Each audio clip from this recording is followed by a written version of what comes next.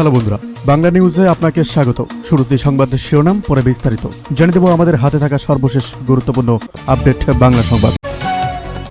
জাতীয় সঙ্গীতে পরিবর্তনের দাবি উত্তাল শাহবাগ। একটি বিশেষ মহলের পক্ষ থেকে জাতীয় সঙ্গীতে পরিবর্তনের প্রস্তাব আসার পর রাজপথে নেমেছে সাধারণ মানুষ। সরকারকে স্পর্শকাতর বিষয়ে অবস্থান স্পষ্ট করে থার্ড টার্মিনালের পূর্ণাঙ্গ কার্যক্রম শুরু। অপারেশনাল বিষয় নিয়ে জাপানি প্রতিনিধি দলের সঙ্গে আজ সচিবালয়ে দীর্ঘ বৈঠক হয়েছে। কবে নাগাদ যাত্রীরা পূর্ণ সুবিধা পাবেন তা নিয়ে মিলছে নতুন সংকেত।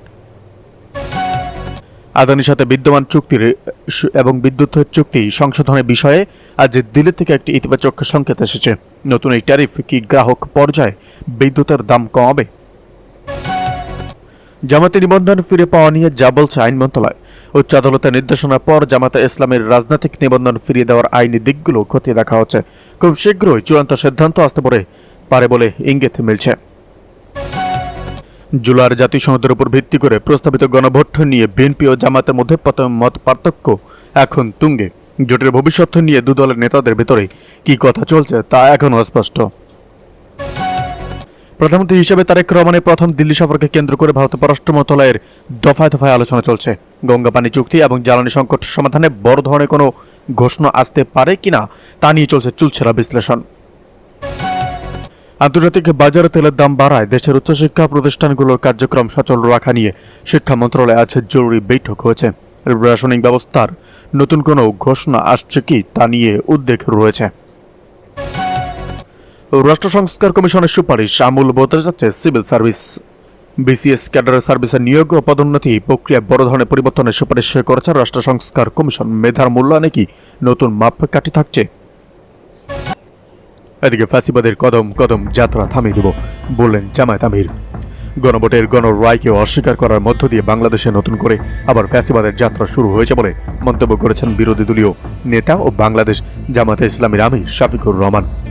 বিরোধী দলীয় নেতা বলেন, যেদিন গণভোটের গণরায়কে অস্বীকার করা হয়েছে সেদিন থেকে নতুন করে আবার ফ্যাসিবাদের যাত্রা বাংলাদেশে শুরু হয়েছে।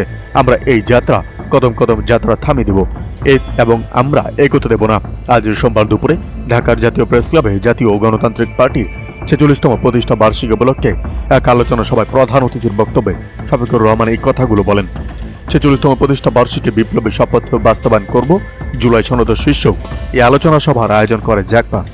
শফিকুর রহমান বলেন, 54 বছরের দফায় দফায় যে ফ্যাসিবাদের জাতিকে এগিয়ে যেতে দেয়নি সেই ফ্যাসিবাদকে 24-এর বিপ্লবীরা ছুড়ে মেরেছিল বঙ্গোপসাগরে, নালায়, নর্দমায়, এবং এখন কারা নর্দমা থেকে এটাকে তুলে আনতে চায় মনে রাখা দরকার।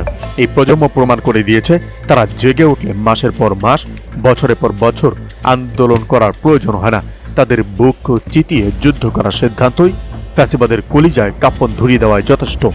এই প্রজন্মের ফ্যাসিবাদের বিরুদ্ধে অবস্থান এখনো স্পষ্ট। বিরোধী দল তাদের। এদিকে ডক্টর ইউনূস সহ 24 উপদেষ্টার দেশ থেকে নিষেধাজ্ঞা চেয়ে আইনি নোটিশ। অন্তর্বর্তীকালীন সরকারের প্রধান উপদেষ্টা ডক্টর মোহাম্মদ ইউনূস সহ 24 জন উপদেষ্টার বিরুদ্ধে তদন্ত শেষ না হওয়া পর্যন্ত তাদের দেশ থেকে নিষেধাজ্ঞা এবং আরোপের দাবি জানিয়ে সরকারের সংশ্লিষ্ট দপ্তরে একটি লিগ্যাল নোটিশ পাঠানো হয়েছে। সোমবার বাংলাদেশ সুপ্রিম কোর্টের আইনজীবী ব্যারিস্টার এম আশরাফুল ইসলাম এই নোটিশ পাঠান। নোটিশে উল্লেখ করা হয়, দেশে হামের মারাত্মক প্রাদুর্ভাব দেখা দিয়েছে এবং এতে শতাধিক শিশুর মৃত্যু হয়েছে। একই সঙ্গে আরও অনেক শিশু ও সাধারণ মানুষ আক্রান্ত হয়ে হাসপাতালে চিকিৎসাধীন রয়েছেন। নোটিশে অভিযোগ করা হয়, টিকাদান কর্মসূচির রাষ্ট্রীয় ব্যবস্থার বাইরে বেসরকারি খাতে হস্তান্তরের সঙ্গে সংশ্লিষ্ট অবৈধ বা অশুভ কর্মকাণ্ড জড়িত থাকতে পারে। এ বিষয়ে পূর্ণাঙ্গ তদন্তের দাবি জানানো হয়েছে। নোটিশে বলা হয়, তদন্ত সম্পন্ন না হওয়া পর্যন্ত উপদেষ্টা পরিষদের সদস্যদের দেশ থেকে নিষেধাজ্ঞা দিতে হবে এবং একটি উচ্চ পর্যায়ে তদন্ত কমিটি গঠন করতে হবে। এতে উপদেষ্টা পরিষদের সদস্যদের পাশাপাশি সংশ্লিষ্ট কয়েকজন সাবেক কর্মকর্তা ও দায়িত্বপ্রাপ্ত ব্যক্তিদের বিরুদ্ধেও তদন্তের আহ্বান জানানো হয়েছে। নোটিশ আরও বলা হয়, ক্যাবিনেটের সচিব, স্বাস্থ্য সচিব ও স্বরাষ্ট্র সচিব সহ সংশ্লিষ্ট মন্ত্রণালয়ের সচিবদের কাছে এই নোটিশ পাঠানো হয়েছে এবং 5 দিনের মধ্যে তদন্ত কমিটি গঠন সহ প্রয়োজনীয় ব্যবস্থা নেওয়ার আহ্বান জানানো হয়েছে। নির্ধারিত সময়ের মধ্যে ব্যবস্থা না নেওয়া হলে আইনগত পদক্ষেপ গ্রহণ করা হবে বলেও নোটিশে উল্লেখ করা হয়েছে। এদিকে বিএনপি ফ্যাসিবাদের শাসনের দিকে ধাবিত হচ্ছে বলেন গোলাম পরোয়ার। বাংলাদেশের জামায়াতে ইসলামী সেক্রেটারি জেনারেল অধ্যাপক মিয়া গোলাম পরোয়ার বলেছেন, জাতীয় সনদের আলোকে সংবিধান সংস্কার আদেশে বাস্তবায়নের বিরোধিতার মাধ্যমে বিএনপি ফ্যাসিবাদী শাসনের দিকে ধাবিত হচ্ছে। রোববার বিকেলে বগুড়া 6 সদর আসনের উপনির্বাচনে জামায়াত মনোনীত প্রার্থী অধ্যক্ষ আব্দুর রহমান সোহেলের নির্বাচন ইস্তেহার ও উন্নয়ন পরিকল্পনা ঘোষণা উপলক্ষে সাংবাদিকদের সঙ্গে মত বিনিময় সভায় প্রধান অতিথির বক্তব্যে তিনি এসব কথা বলেন। তিনি বলেন, অন্তর্বর্তী সরকারের শাসনামলে 33টি রাজনৈতিক দল দীর্ঘ 9 মাস আলোচনা করে জুলাই সনদ প্রণয়ন করে। এই সনদকে আইনি ভিত্তি দিতে সব দলের ঐক্যমত্যের ভিত্তিতে রাষ্ট্রপতির আদেশের মাধ্যমে সংসদ নির্বাচন এবং গণভোটের আয়োজন করে সরকার। ঐক্যমত্য কমিশনের সিদ্ধান্ত অনুযায়ী 12 ফেব্রুয়ারি নির্বাচনে নির্বাচিতরা একই সঙ্গে সংসদ সদস্য ও সংবিধান সংস্কার পরিষদের সদস্য হিসাবে মনোনীত বা নির্বাচিত হয়েছেন। এজন্য একজন সংসদ সদস্যকে 2টি শপথ গ্রহণ করার কথা, কিন্তু 2/3 সংখ্যাগরিষ্ঠতা লাভের পর বিএনপি সব ভুলে গেছে। তারা সংবিধান সংস্কার কমিশনের সদস্য হিসাবে শপথ নেয়নি। এখন তারা জুলাই সনদ বাস্তবায়ন আদেশের বিরোধিতা করছে। তারা সংবিধান সংস্কার আদেশের বাতিলের জন্য সংসদে প্রস্তাব করেছে। একই আদেশে অনুষ্ঠিত সংসদ নির্বাচন মেনে সরকার গঠন করলেও গণভোট মানছে না। এর মাধ্যমে বিএনপি পুরো জাতির সঙ্গে প্রতারণা করছে। সেক্রেটারি জেনারেল বলেন, প্রায় 5 কোটি ভোটার গণভোটে ভোট দিয়ে বিএনপি নোট অফ ডিসেন্ট প্রত্যাখ্যান করেছে। বিএনপি এই জাল্লা সহ করতে না পেরে গণভোট বাতিলের উদ্যোগ নিয়েছে।